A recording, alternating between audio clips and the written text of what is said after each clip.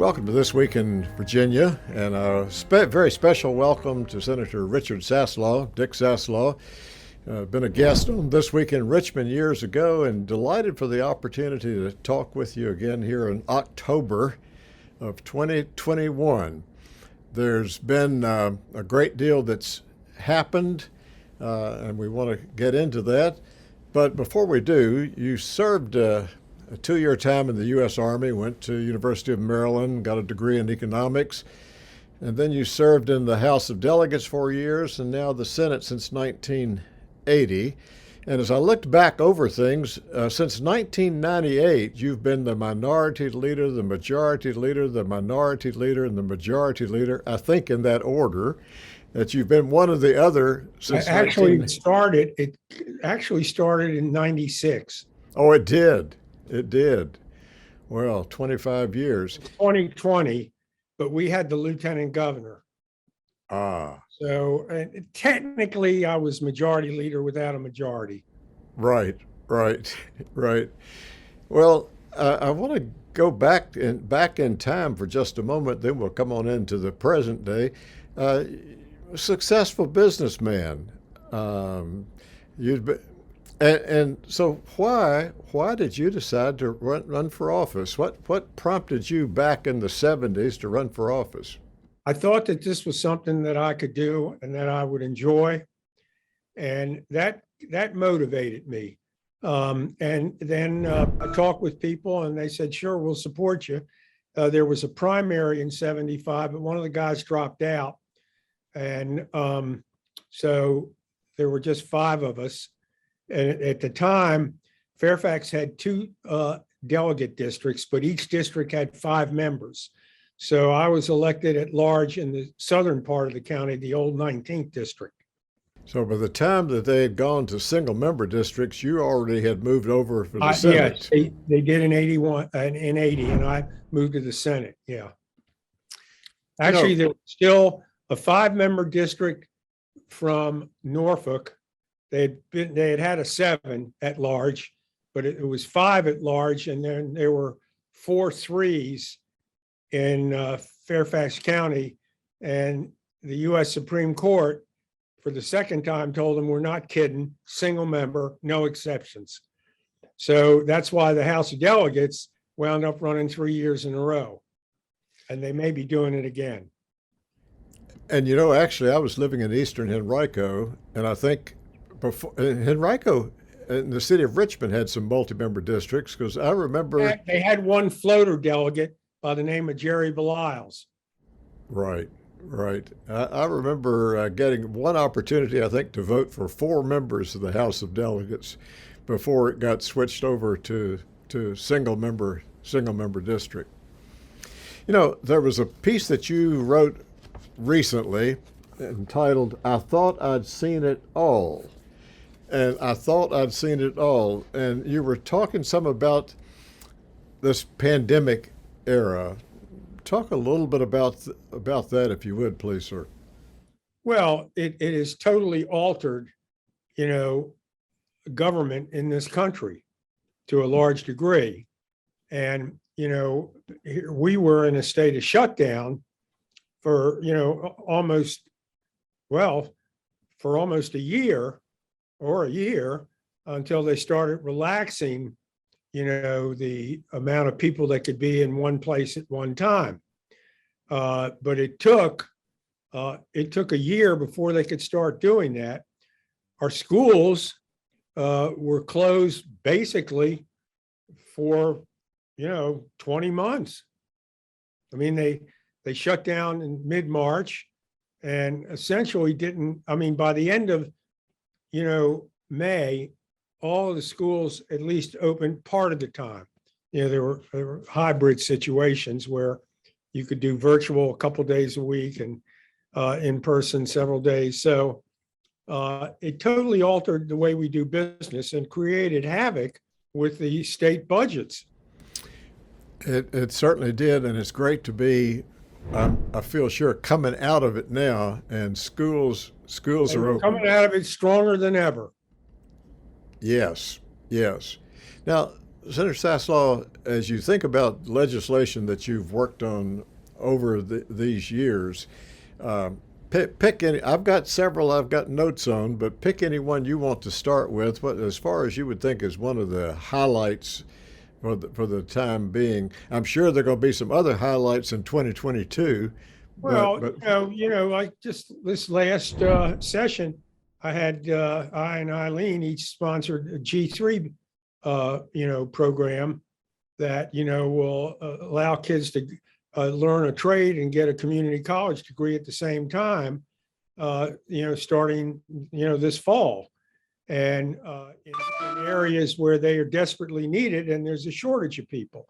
Had that, but there's been other bills throughout the year, and I had gas tax bill, raised that. I was the one that initiated, I and Abe Brault, allowing local governments to sell bonds and build roads. And then in 1981, there had been a $15 million cap. I lifted the cap altogether, and local governments all around Virginia, mostly in the urban corridor, started, funding a lot of their own roads. Ultimately, it led to the local and state governments doing these P3 projects. Then I had a bill. There was a woman one time. She had gone in for an examination, to check for breast cancer, and they put her to sleep, and she woke up, and they had performed a double mastectomy on her without ever waking her up and telling her. I made that illegal, and that was on the books until recently, and then it got changed along with some other laws. It was controversial, allowing optometrists to use diagnostic drops.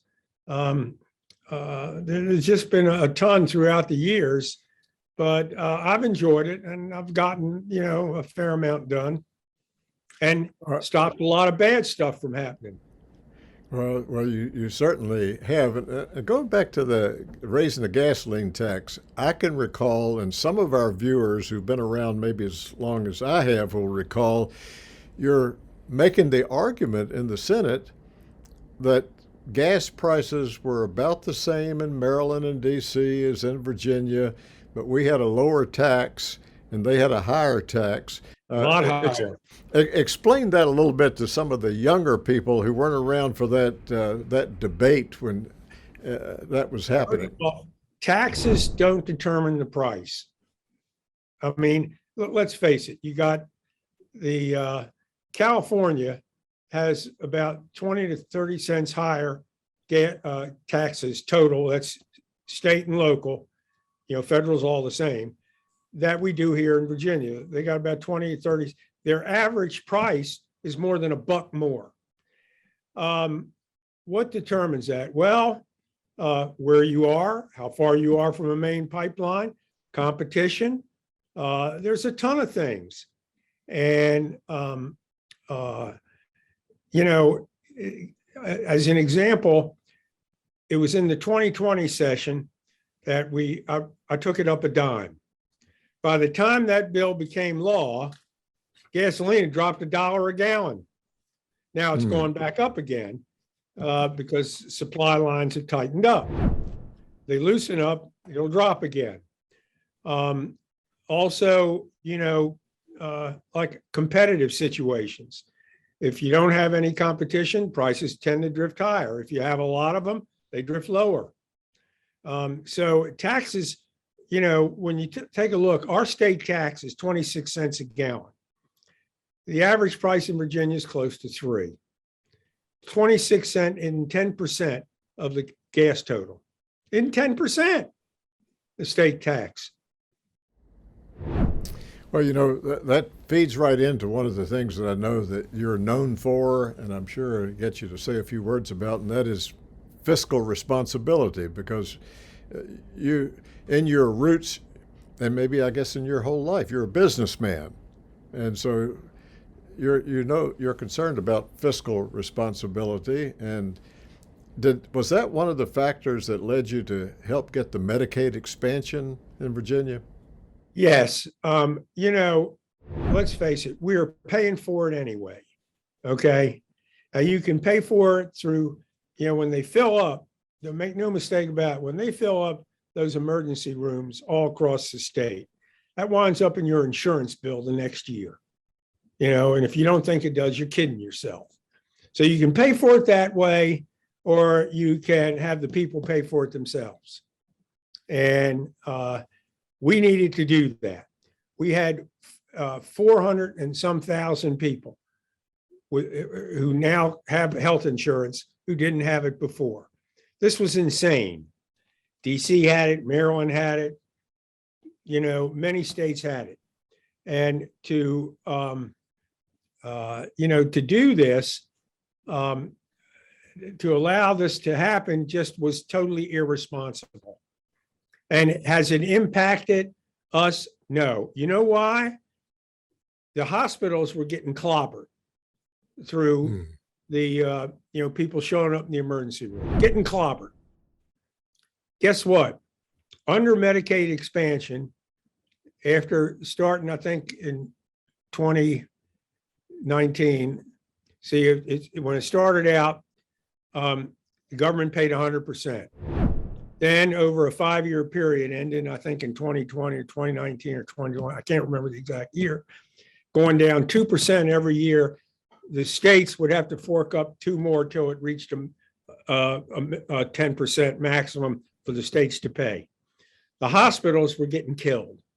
They came to us and said, "We'll tell you what, we'll pay your 10%.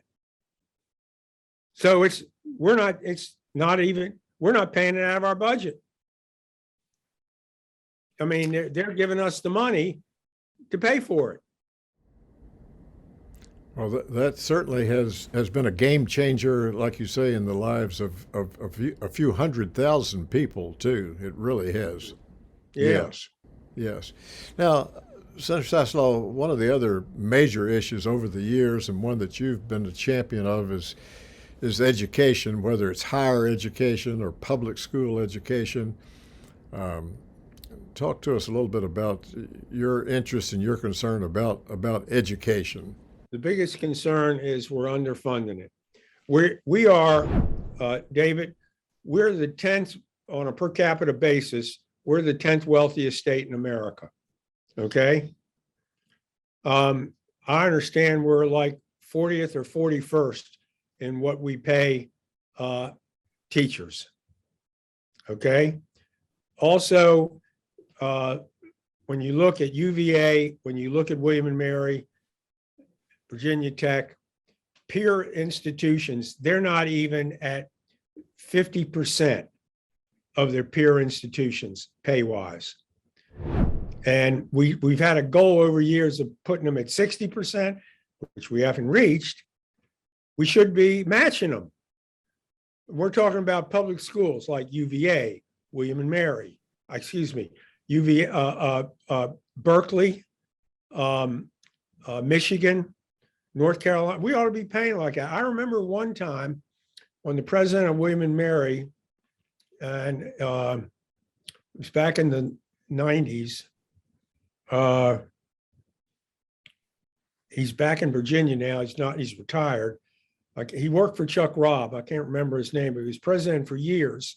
He told me between January 1st, 2000 and December 31st, 2001, he lost it was either 28 or 29 full professors at William and Mary, only one to retirement. Only one to retirement. The other thing, about 3 or 4 years ago, I did a check. We had one at the time, we don't have any now. I don't think we have any now. We had one faculty member in the entire state who was a Nobel Prize winner. Okay. At Berkeley alone, they had 12. At Berkeley alone, forget Stanford, forget Caltech, forget UCLA, forget Southern. At Berkeley alone, they had 12. You can't get these people for free. And then in addition to that, the concern about public school teachers. I mean, same thing. Take Fairfax County. Now, our average pay is way above a large part of the state outside of Northern Virginia, with about 10, 15 years of experience and maybe a master's degree, you can make in the mid 70s, low to mid 70s in Fairfax. You can go across the river into Montgomery County and make 7,000 or 8,000 more. Arlington County, you can make, I remember a couple of years ago with 20 years experience and a master's degree plus 30, you could teaching, classroom teacher in the 90s. In the 90s. Whereas I remember, I think one of the members who had a career teaching at one of the Richmond area schools had a career teaching. His highest salary was $53,000. Well, at $90,000 and you teach for 30, okay, you're retiring with about $50,000 plus Arlington and Fairfax have an additional retirement program on top of that. So you wind up making, in your retirement, damn near 40, 50 grand more than somebody who teaches in the Richmond area schools. There's something wrong with that. That's going to be a challenge for the Yes, it is. 2022 session. And you can't do it for free. Right. You can't fix it for free. So, I mean, we got a lot on our plate coming up. Oh, you certainly do that. Let me mention another issue or two that you've championed and worked on over the years, and one of them has been a healthcare issue, a woman's right to choose. Right. And well, who gets an abortion? Real simple with me. It's nobody's business but theirs. that answers your question on that. So let me jump to another issue another one that you've have worked on too, and that is matters pertaining to guns. I know that's a very controversial issue, always has been. A former member, he may still be, of the NRA, when we were talking about limiting, for instance, magazines to 10 rounds, he told me if you can't bring a deer down with 10 rounds, you shouldn't be hunting. Mm-hmm. You shouldn't be hunting. And, when they had that big rally here, January 20th, 2020, the guy yelled something at me and I went over and I asked him, I said, what do you need with an assault or assault styled weapon? And he said to me, in case the government comes after us. I said, what do you mean? He says, well, they may forcibly send in their armed forces, take our guns away. And I said, do you think having that's going to help you or protect you? Oh, yeah. I said, were you in the Army? No. Were you in the Marines? No. Were you in the armed forces? No. I said, well, let me tell you something. A guy half your size with a M16 or an M14 or the old M1, which they don't have anymore. We were the last group through to have that. With a rifle propelled grenade could take out you, your family, and half your house. What good is your assault from a quarter mile away? I said, what good is your assault weapon going to do you? It's not. He turned around, walked away. I mean, it just, this is crazy. You don't need these weapons. And none of those bills that we passed, not a one of them confiscated anybody's weapon. It just brought some sanity to it. A statistic that we need to remember, Dave, is this. The U.S. is 4% of the world's population. We are 43% of all the guns at large on this planet not held by the military or civilian police forces. 4% versus 43%. 43%. That's correct. Of all the guns on this planet not held by the military or civilian police forces is held here in the U.S. Senator, just being right across the Potomac from the nation's capital, I've had an opportunity to chat with you briefly on many different subjects as we'd pass each other around the Capitol, but never had an opportunity to ask you, as again, an Army veteran that you are, your perspective on what happened on January 6th at our U.S. Capitol. It was essentially, as it was called, it was an insurrection. These people essentially tried to overthrow democracy. Don't kid yourself. this wasn't a peaceful demonstration. I can't believe that a U.S. senator would say that was just a normal day at the Capitol. Oh, yeah? On a normal day at the Capitol, sure, people are busting through windows, through doors, and you all are being ushered underground out of the building. I said, that's not a normal day. It was an attempt to essentially wreck our democracy. They knew exactly what they were doing. And what I don't get is why a couple days after that, McCarthy, said Trump is to blame for this. And now, of course, Trump's not to blame. The Democrats are to blame. Sure, right. I mean, I can't believe the idiotic statements that have come out of some of these people's mouths on Capitol Hill in trying to defend what those people did. Senator, I think of you as an optimist. I hope I'm not exaggerating it, but what's your perspective on what's going to happen? I mean, they're investigating. We'll have to see over the next year how much of this fades and how much of it doesn't. I mean, we're still going to be around as a country, and we're going to have some bumps. But if people need to understand, that the guy that they worship doesn't give a damn about this country or its institutions. Okay? He called people who got killed in the war losers. And can you believe that? No. We have never had an ex-president do and say the things this guy has. I mean, ex-presidents, I've never known them to criticize the guy in office. This guy does it at least 3 times a day. Senator, before we would wrap things up, and I appreciate your time on a busy day when you've had a finance committee meeting and all other kinds of meetings that you've been having. State's in good shape. Yes, talk a little bit about the upcoming 22 session and with regards to some of your hopes and some of your expectations of. Well, I'm hopeful that we can put more money into K through 12, okay, and higher ed. That's 2 of my biggest priorities, is that we need to fix that situation. If we were funding it the way, since 2005, it's just gotten less and less and less. And with respect to real income, we've essentially knocked 1/3 of it off. Dave, when I first got here,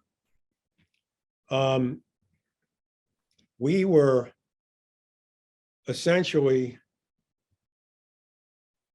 well, the K through 12 budget, let's talk about that. We were 49, the state was 49% of total education funding. It was 49% of our budget, okay? K through 12. Now it's 29%. That's how much it's fallen. And local governments have had to make it up. And, some have an easier time than others. But, you're at so much of an advantage if you come from a well-to-do municipality as if you come from a poor municipality. Look at, I don't know what it is right now, but 2 or 3 years ago, Fairfax County, not Northern Virginia, Fairfax County, which was 13% of the population, was 28% of the in-state undergraduates at UVA. And today they're still between 25 and 27. I don't tell me that money doesn't count. It does. And we need to help these areas out. Take Southwest Virginia. We need to turn Wise, that UVA at Wise, into a full research university. And, if you did that, you'd start getting high-tech companies down there. But, take a look if a high-tech company comes to Northern Virginia. Within a 30-minute ride, except maybe rush hour, within a 30-minute ride, you got University of Maryland and Johns Hopkins graduate facility. You got, in DC, George Washington and Georgetown. In Virginia, you have George Mason and graduate programs offered by Virginia Tech and UVA, all up in Northern Virginia. I mean, that's why they come here. And, we've got a great workforce up there, up there. I'm in Richmond now. But let me tell you, Dave, Maryland offered more than 10 times what we did to Amazon. More than 10 times they chose us. Why? Workforce, proximity to the airport, location, everything. That's why they came here. And McAuliffe and Ralph were totally responsible for that. Senator Saslaw, our time has slipped by. Well, thank you so much for being on This Week in Virginia. Stay safe and stay well, okay? All right. You do the same.